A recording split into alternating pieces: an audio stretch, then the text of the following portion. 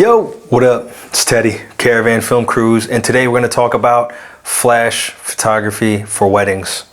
Okay, not necessarily like for fashion editorials and model portraiture, but more for weddings, indoor ceremony venues, reception venues, and whatnot.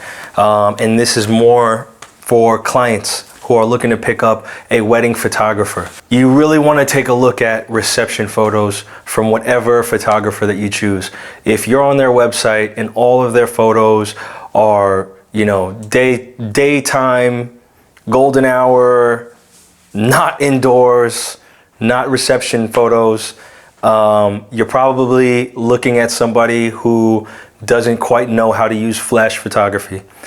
I don't care who you are. I don't care what kind of camera you have. I don't care if you're shooting photography with the A7S II, which is highly unlikely. And the A7S II is a very low light sensitive camera. It can shoot in almost darkness. I don't care if you're shooting with that. You're not gonna get great photos out of that. And you need to use flash photography for your ceremonies if they're indoors, your receptions if they're indoors. So for civilians, people who are not shooters, there's this thing called dynamic range, and dynamic range measures the ability for a sensor to record in the extreme highlight of the sensor of whatever image that they're capturing and the extreme shadow of the image that they're capturing. The stops in between the extreme highlight of an image and the extreme shadow of an image determines the dynamic range. Now, filmmakers who are in Hollywood, 22 of the Oscar nominated films last year, or this year I should say, were filmed on a camera called the Arri Alexa.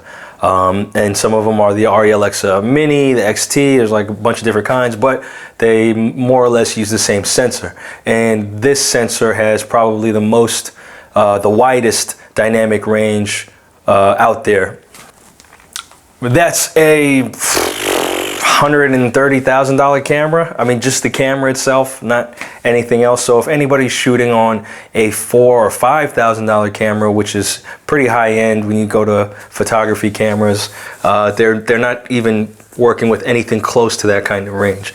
Now, your eye is probably, the best sensor for dynamic range that exists anywhere. And so your eye is able to see extreme highlights and extreme shadows with a very wide amount of stops. I'm sure it's somewhere on the internet. But I say that to say that you may have visited a venue and you may have seen the lighting in there and it may have looked good to you, but for the purposes of taking photos, probably sucks. That more than most times, that lighting is not good.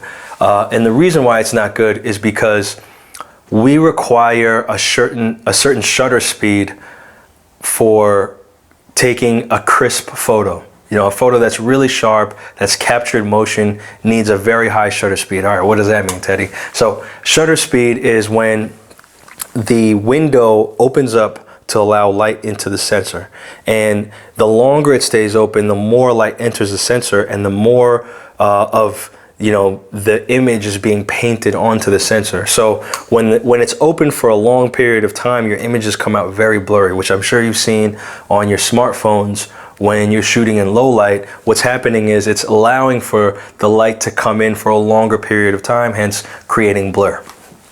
When you have a higher shutter speed, when that window of time is open for a split second or very small amount of time, that means that the light that came in went to the sensor and now is captured in the sensor, and it didn't have time to capture the motion of whatever was going on. I say all that to say that if you don't use flash photography indoors, you're not going to have enough light hitting the sensor, or you're going to have too much light hitting the sensor to where the images come out blurry. So if you're looking for a wedding photographer, you have to make sure that especially if your venue, any part of your day is indoors, whether it's the ceremony venue or the reception venue, if any of that is indoors, you want to make sure that you find a photographer that has really good indoor lighting or indoor photography in general, because otherwise you're going to be disappointedly surprised when you get your photos back. So that's my 2 cents. I know I'm probably gonna make some photographers mad out there. Then look, if you don't have the budget for somebody who does know how to use Flash, because people who use Flash well tend to charge more, that's okay. You know, work with what you got. Find somebody who can do a decent job. Ask them if maybe, you know, you could pay a little bit extra and they can pick up a flash or two or something like that for your wedding. But you know, keep that in mind when you're searching for a wedding photographer, to make sure that they know what they're doing and that they're able to cover your wedding in a way that is satisfactory. Because you're gonna spend money anyway, it might as well be on something good. But yeah, you can always hire us, Caravan Film Crews. We work with Flash. All right.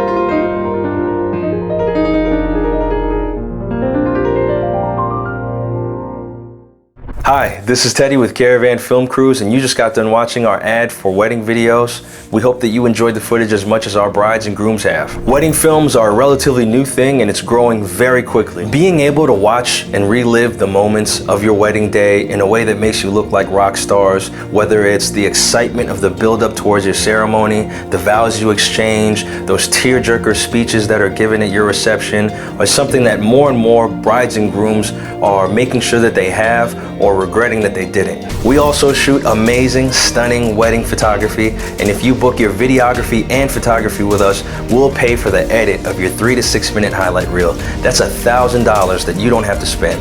Give us a call, shoot us an email, DM me on all social media, and let's lock in the videography and photography for your wedding day.